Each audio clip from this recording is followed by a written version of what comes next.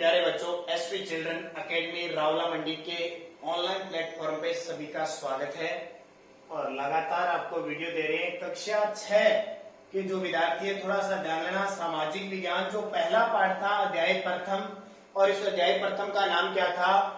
क्या, कब, कहां और कैसे, ये अध्याय था। इसके प्रश्न उत्तर आपको नहीं करवाए थे ना, तो पूरा पाठ आपको करवा दिया था और कई बच्चों ने कहा था कि सर प्रश्न उत्तर करवाइए। तो आज आपको इस पहले 6ठी क्लास के पहले अध्याय के जो प्रश्न उत्तर है उनके मैं आपको प्रश्न उत्तर करवा देता हूँ। 5 से 6 प्रश्न है, ठीक है। 6 प्रश्न आपको करवाता हूँ, मैं आपको समझा देता हूँ, फिर आप इनको उतार लेना आराम से। कई बार थोड़ा जल्दी नहीं उतार पाते हो ना, तो वीडियो को रोक लिया करो, वीडियो को रोक के और फिर इसको उतार लिया करो, ताकि आराम से अपनी कॉपी में, क्योंकि सर आपकी कॉपियां चेक कर रहे हैं ना, तो कॉपी आपकी चेक करें, आपका होमवर्क पूरा होना चाहिए, तो इसलिए आपको प्रश्न उत्तर भी कराए जा रहे हैं। तो पहले पाठ के प्रश्न उत्तर देखो। पहला प्रश्न देखो, प्रश्न नंबर 1, निम्नलिखित को सुमेलित करो। निम्नलिखित को सुमेलित करो। आपने कॉपी निकाली होगी, अपनी किताब और कॉपी, किताब में देखते रहो। पहला प्रश्न है सुमेलित करना है। देखो एक साइड लिखा हुआ है नर्मदा घाटी, लिखा है ना, फिर लिखा हुआ है नीचे मगध, फिर नीचे लिखा हुआ है गारो पहाड़ियां, फिर नीचे लिखा हुआ है सिंधु व उसकी सहायक नदियां, और फिर नीचे लिखा हुआ है गंगा घाटी।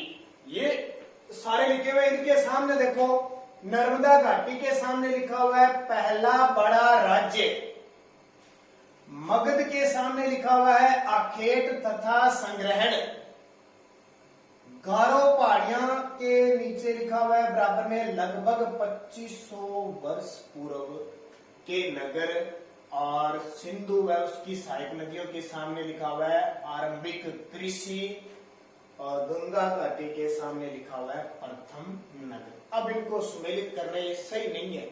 देखो नर्मदा घाटी, नर्मदा घाटी में क्या मिला है, तो इसको सुमेलित करना है आखेट और संग्रहण के अवशेष मिले हैं। नर्मदा घाटी में आखेट तथा संग्रहण के अवशेष मिले हैं। मगध पहला बड़ा राज्य था, इसे सुमेलित करना है। मगध पहला बड़ा राज्य था।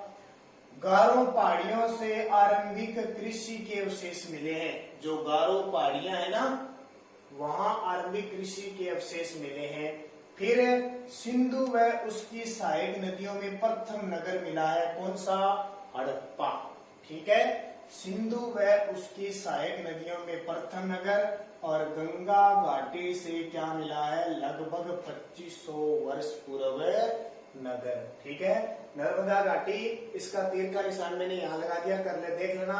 आखेट तथा संग्रहण, मगध पहला बड़ा राज्य, गारो पहाड़ियां, इसका तीर यहाँ आ गया। आरंभिक कृषि, सिंधु व उसकी सहायक नदियां, इसका तीर यहाँ आ गया, ठीक है। ये तीर यहाँ गया। प्रथम नगर और गंगा घाटी लगभग 2500 वर्ष पूर्व नगर। प्रश्न नंबर 2 देखो, पांडुलिपियों तथा अभिलेखों में एक प्रमुख अंतर बताइए। पांडुलिपियों तथा अभिलेखों में एक प्रमुख अंतर बताना है, तो इसका उत्तर क्या हो जाएगा? मैंने आपको ये पहला पाठ पढ़ाया था ना, बताए थे ना।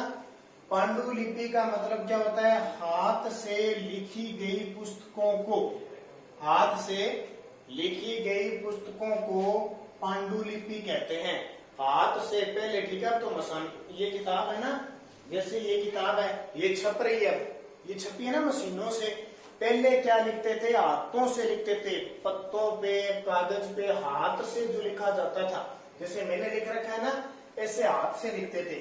तो हाथ से लिखी गई पुस्तकों को पांडुलिपि तथा, अंतर बताना है, पत्थर अथवा, अथवा का मतलब या, पत्थर या धातु, धातु किसी भी प्रकार की हो सकती है, तांबा, कांसा, धातु जैसी अपेक्षाकृत कठोर। अब पत्थर क्या होता है? कठोर होता है। कोई भी तांबा है, सब कठोर होते हैं ना, एक बार किसी पे लिखते हैं। कठोर स्तंभों पर उत्कीर्ण किए गए लेख अभिलेख कहलाते हैं। दोनों में अंतर आ गया ना। यहाँ तो क्या, हाथ से लिखी गई पत्तों पे या पुस्तक लिखी जाती है, वो पांडुलिपि होगी। और पांडुलिपि में एक अंतर और देखें तो ये जल्दी खराब हो जाती है, जबकि पत्थरों वाले जल्दी खराब नहीं होते। तीसरा प्रश्न देखो आपकी किताब में क्या है, रसीदा नाम की एक लड़की है ना, पहले पाठ में हमने पढ़ा था रसीदा। रसीदा के प्रश्न को फिर से पढ़ो, ये कहता है दोबारा से पढ़ो, इसके क्या उत्तर हो सकते हैं। रसीदा ने क्या पूछा था, उसका उत्तर क्या हो सकता है। एक रसीदा लड़की है, ठीक है, तो उसका उत्तर क्या होगा। रसीदा के प्रश्न से हमें यह जानकारी मिलती है कि हमारा अतीत कैसा था, आज से पहले का समय कैसा था। ठीक है, आज हम जो भी कुछ प्रयोग कर रहे हैं, आज जो भी प्रयोग कर रहे हैं, उनकी शुरुआत कैसे हुई थी, उनकी शुरुआत कैसे हुई थी। जैसे आज हम चाय पीते हैं, कि कैसे शुरुआत में चाय बनी, किसने स्टार्ट की, सबसे पहले किसने पी। आज हम जो अखबार पढ़ते हैं, समाचार पढ़ते हैं, इसकी शुरुआत कहाँ से हुई, किसने सबसे पहले अखबार बनाया, किसने समाचार बनाए। कृषक, ये खेती किसान कैसे करने लगे, कैसे पशुपालन करने लगे, कहाँ से इनके दिमाग में आई। पुस्तकें, शिल्पकार, संगीतकार, वैज्ञानिक आदि की शुरुआत कब हुई, कैसे हुई। ये रसीदा के मन में आया कि हम आज जो भी काम करें, मान लो ये बोर्ड है, ये बोर्ड कहाँ से आया, ये पेन कहाँ से आया। पहले स्लेटों पे लिखते थे, वो स्लेट कहाँ से आई। शुरुआत में जो लकड़ी है ना, लकड़ी में शेड बोर्ड वो के चलाते थे, आप अपने दादा दादी से पूछिए। ये रसीदा कहते हैं कि कहाँ से आया। चौथा प्रश्न देखो, पुरातत्वविदों, पुरातत्वविदों क्या कहते हैं, जो खोज करते हैं पहले जमाने की, पहले जमाने में कैसा समय था, वो पुरातत्व होते हैं। पुरातत्वविदों द्वारा पाई जाने वाली सभी वस्तुओं की एक सूची बनाओ। पुरातत्वविदों द्वारा पाई जाने वाली उन सभी वस्तुओं की सूची बनाओ। इनमें से कौन कौन सी वस्तुएं पत्थर की बनी हो सकती है, यानी उन्होंने खोजी तो कौन कौन सी वस्तुएं वो पत्थर से खोजी गई है, उनके बारे में बताना। तो देखो, मानव द्वारा शिकार के हथियार, शुरुआत में मानव जितने भी हथियार प्रयोग करता था, चाहे वो चाकू है, चाहे वो तलवार है, चाहे वो भाला है, ये सब आगे का क्या बना होता था, पत्थर से बना होता था। उपयोगी जितने भी औजार काम में लेते थे, जितने भी मैंने बता दिया, कुल्हाड़ी वगैरह कुछ भी औजार। शिलालेख, जिन पे वो लिखने का काम करते थे, जैसे अशोक ने, जैसे पत्थर होता है, ये पत्थर है, पत्थर के ऊपर खोद खोद के लिखते थे। आग जलाना भी किसने सिखा, दो पत्थरों को रगड़कर आग जलाते थे। पत्थर के पहिए प्रयोग करने शुरू किए। कृषि करने के जितने भी यंत्र थे उनका प्रयोग करना किया। और गुफाओं का, जो पत्थर हुआ करते थे, बड़े बड़े पहाड़, उनको काटकर गुफा का निर्माण भी करते थे। तो ये सारी वस्तुएं क्या होगी, पत्थर की बनी होती, ये पुरातत्व द्वारा बनाई गई थी। तो चौथे प्रश्न का उत्तर ये हो गया। पांचवा प्रश्न देखो, प्रश्न नंबर 5, साधारण स्त्री व पुरुष, साधारण स्त्री व पुरुष अपने कार्यों का विवरण क्यों नहीं रखते थे। साधारण स्त्री व पुरुष अपने कार्यों का विवरण क्यों नहीं रखते थे, इसके बारे में तुम क्या सोचती हो, ये रसीदा कहती। उत्तर क्या है, साधारण स्त्री व पुरुष राजा रानियों की तरह अपने कार्यों का लेखा जोखा नहीं रखते थे। आज आप कॉपी में काम करते हो, पढ़ते हो, ठीक है, खाना खाते हो, कुछ भी काम करते हो, लिखते हो क्या, नहीं लिखते ना। पहले क्या होता था, जो राजा रानियां हुआ करती थी, राजा महाराजा, वो जो भी काम करते थे ना, जैसे कहीं युद्ध लड़के आगे, कहीं अपना साम्राज्य विस्तार करे, सारा लिखते थे। उनके साथ कवि होते थे, वो ग्रंथ लिखते थे। लेकिन एक साधारण स्त्री, अब आपके दादा दादी है, मम्मी पापा, कोई लिखते हैं क्या, कुछ नहीं लिखते ना, तो वो साधारण में आ जाते हैं। तो वे कोई लेखा जोखा नहीं रखते थे, बल्कि आम साधारण क्या जीवन यापन करते थे। और उनका न कोई कवि होता था, न कोई इतिहासकार होता था, बस अपने घर में खेती कर ली और काम कर लिया, जीवन यापन करते थे। राजा महाराजाओं के तरह नहीं होता था। तो साधारण स्त्री व पुरुष इसलिए अपना विवरण नहीं रखते थे। छठा प्रश्न देखो क्या है, इसको थोड़ा सा और देख लो, किसी के समझ में नहीं है तो थोड़ा उतार लेना। फिर एक प्रश्न और है आपका छठा प्रश्न। छठा प्रश्न क्या कहता है, देखो मैं पहला प्रश्न साफ कर देता हूं, बाकी आप थोड़ा सा वीडियो को रोक लिया करो। जब आपके समझ में नहीं है ना, दोबारा अगर आप मैं आगे चला जाऊं और आप पीछे रह जाओ, तो एक ना आराम से वीडियो को रोक के फिर उतार लिया करो, सही से उतारना है। अब देखो छठा प्रश्न क्या है आपका, प्रश्न नंबर 6। ये क्या कहता है? कम से कम, कम से कम, कम से कम दो ऐसी बातों का उल्लेख करो, दो ऐसी बातों का उल्लेख करो, कम से कम दो ऐसी बातों का उल्लेख करो जिनसे तुम्हारे अनुसार, जिनसे तुम्हारे अनुसार राजाओं,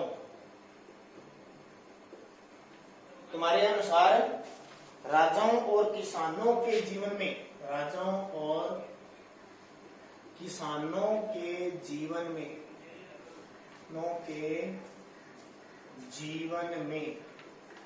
राजाओं और किसानों के जीवन में भिन्नता का पता चलता है, भिन्नता का पता चलता है। देखो, कम से कम दो ऐसी बातों का उल्लेख करो जिनसे तुम्हारे अनुसार राजाओं और किसानों के जीवन में भिन्नता का पता चलता है। तो वो दो बातें देखो, किसान और राजाओं के बीच भिन्नताएं। तो उत्तर इसका हो जाएगा, लास्ट प्रश्न है आपका, राजाओं व किसानों के बीच भिन्नता के प्रमुख दो कारण निम्न है। नंबर 1, राजा अपने कार्यों का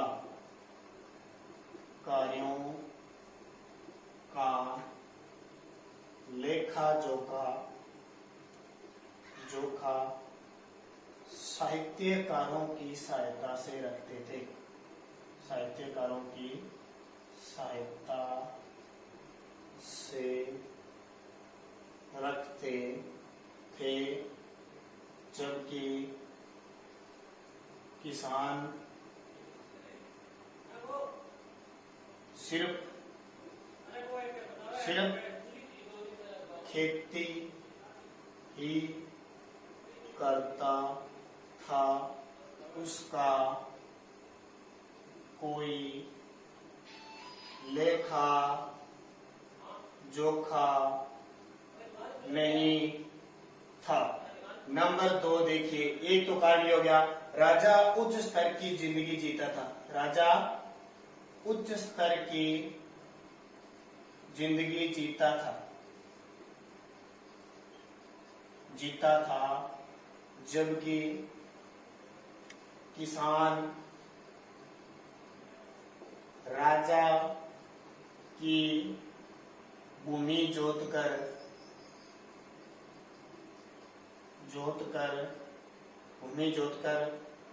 साधारण जीवन यापन करता है,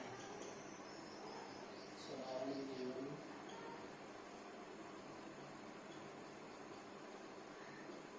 ठीक है, राजाओं और किसान को बीच भिन्नता के प्रमुख दो कारण निम्न है। कौन कौन से?